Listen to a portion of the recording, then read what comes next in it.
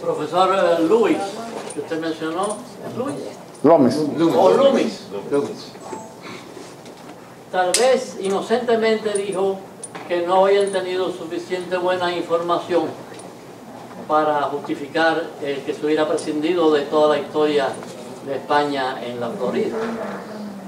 Tal vez tenga esa atenuante, pero no es falta de información que ahora nosotros podemos comprobar en estos momentos, sino es falta de buena intención. Y eso lo tenemos comprobado con el libro de Vamos a Cuba. Y la insistencia que tuvieron que el libro tenía que quedarse, hasta que al fin el libro estalló y se fue. Por eso percibimos la mala intención. ¿De dónde sale? Eso vamos a averiguar. Eso es otra cosa. A nivel de historiadores serios, cualquier historiador de cualquier universidad de los Estados Unidos conoce esta situación. Yo he tenido la oportunidad de dictar conferencias ante la Asociación de Historiadores de los Estados Unidos en la ciudad de Montgomery, y ellos están al tanto de todo esto. Ahora, una cosa es que los historiadores a nivel de universidad conozcan esto, y otra cosa es que el sistema de enseñanza de los Estados Unidos incorpore todas estas ideas y toda esta información a los libros de texto, que era lo que estaba mencionando Frank.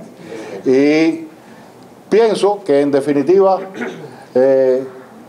la realidad y la verdad debe desbordar cualquier traba que exista, y en definitiva todo esto tendrá que abrirse paso. Y pienso que solamente el hecho de que una universidad norteamericana haya decidido imprimir en inglés este libro, bueno, pues ya es un paso muy positivo que se da en esa dirección.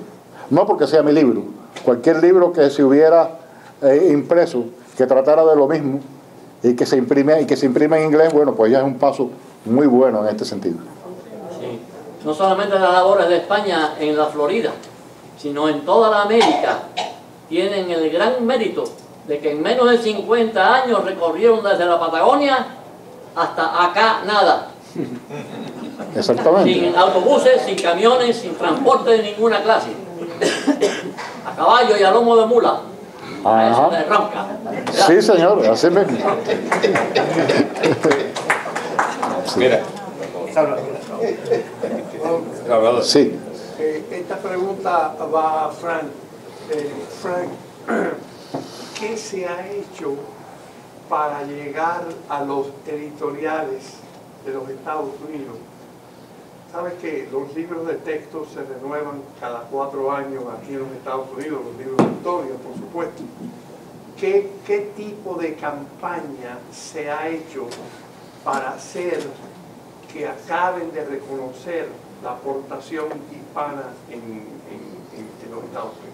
Bueno, yo te puedo decir lo que yo he hecho personalmente. En el año 1986, yo fui a una conferencia del National Council for the Social Studies en Nueva York y presenté una moción ante the House of Delegates de esa asociación, que está compuesto de profesores de estudios sociales y profesores de escuelas secundarias de estudios sociales. Y en esa resolución decía yo, en el año 86, que cuando se revisaran los libros de texto de historia, se deben incorporar todas las contribuciones significativas de los hispanos en la historia de los Estados Unidos. Entonces, cuando yo salí de esa conferencia, tuve mi primer contrato para revisar 2 libros de texto de historia, de middle school y de high school. Y desde entonces yo he revisado a lo mejor como 60 libros. Bueno, no solamente de historia, sino también de cívica, de geografía, de diferentes libros. Y he podido rellenar muchos de esos libros con nombres como Bernardo de Galvez, que ninguno, ni un solo libro lo decía en el año 86, y como eso, muchísimos más también. Pero por supuesto, yo hacía a lo mejor muchísimas recomendaciones que incorporaban el 10% de lo que yo recomendaba. Pero bueno, el 10% era progreso. Pero los libros siguen teniendo el énfasis de este a oeste. cuando mencionan España es esporádicamente. Por ejemplo, le dedican todos los libros de texto en inglés hoy en día, todavía hoy en día, le dedican información sobre las 13 colonias británicas. Pero es que el problema es que la Florida fue británica, como dijo él, 21 años también, y habían 15 colonias. Pero ¿quién ha oído hablar de las 15 colonias? De la Florida del Este, Florida del Oeste, y fueron británicas también. La única diferencia es que fueron leales al rey George de Inglaterra y no fueron a la guerra. Fueron solamente 13 colonias a la guerra contra Inglaterra, y esas dos colonias, Florida del Este y Florida del Oeste, la Florida del Oeste llegaba hasta Nueva Orleans, incorporaba el sur de Alabama y el sur de Mississippi. Era mucho más grande lo que es la Florida hoy en día. Entonces, no hablan de esas 13, de esas 14 y 15 colonias en ningún libro. Hasta los mapas que le ponen, las dejan fuera. Y entonces, como único será la justicia es cuando se hable de la Florida, como se habla de Massachusetts y de Virginia. Y le incorporen ahí desde el principio. Porque aquí comenzó la invasión europea, comenzó en la Florida, mucho antes que en los otros estados. O sea que es un problema que, en mi opinión, es la leyenda negra que mencionó él, que todavía existe. España era el país más poderoso de Europa en el siglo XVI, con los reyes católicos, con Carlos V, con Felipe II, y entonces Inglaterra, Francia, los países que odiaban a España, inventaron esta leyenda negra, que los españoles eran los más crueles, los más salvajes, y como dijo él, los españoles fueron de todos los europeos los mejores. Aparte que era religioso. Y él también era católica España, cuando los países protestantes. Aparte de eso, en el siglo XIX hubieron 4 guerras de Estados Unidos contra países hispanos. Le arrebataron la Florida a la fuerza a España. Eso vino primero, en 1821. Después vino cuando le quitaron a Texas, a México, que fue en 1835, con la batalla de Alamo. Y después vino la guerra contra México, donde México pierde el 50% de su territorio a los Estados Unidos, con el Tratado de Guadalupe Hidalgo, la guerra de 1846 al 48, y por último la guerra contra España de 1898. Entonces, cuando tú estás en guerra 4 veces en un siglo contra hispanos, pues obviamente tú no lo vas a poner en el libro de texto porque son tus enemigos.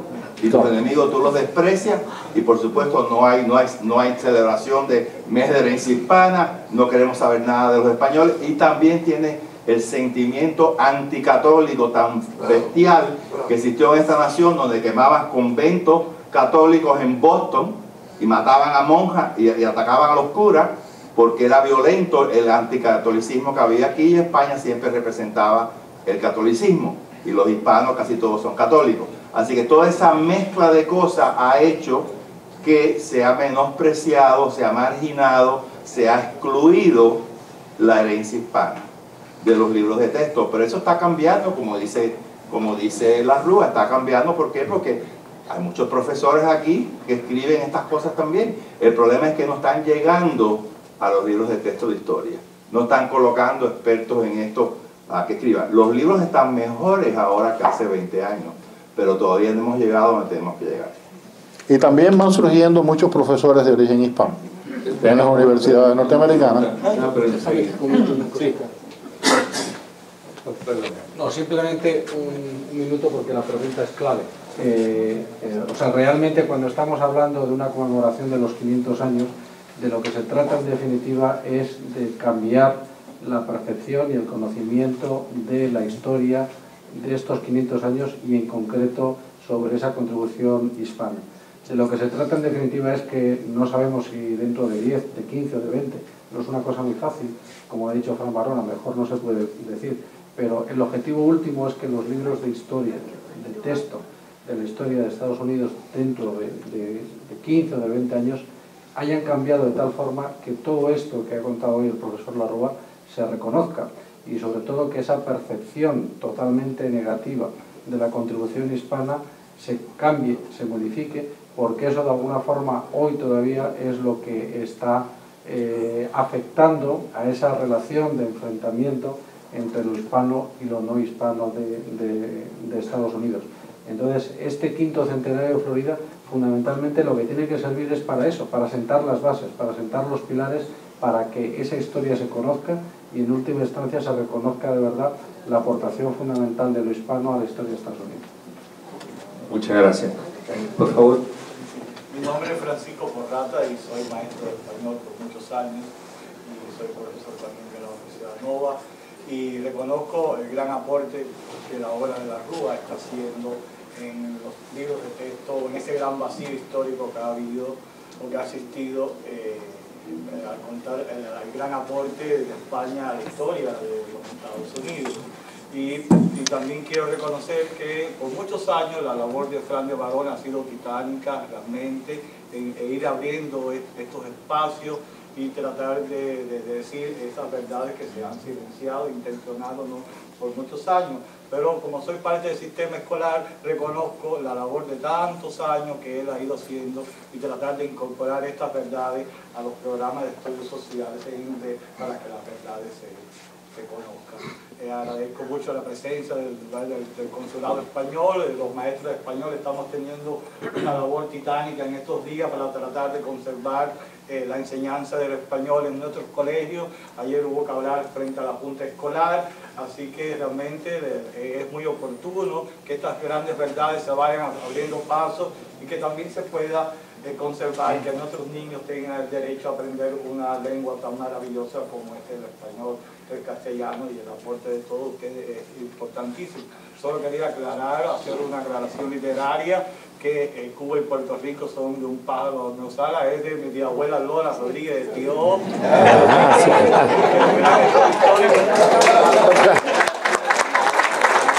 Muchas gracias.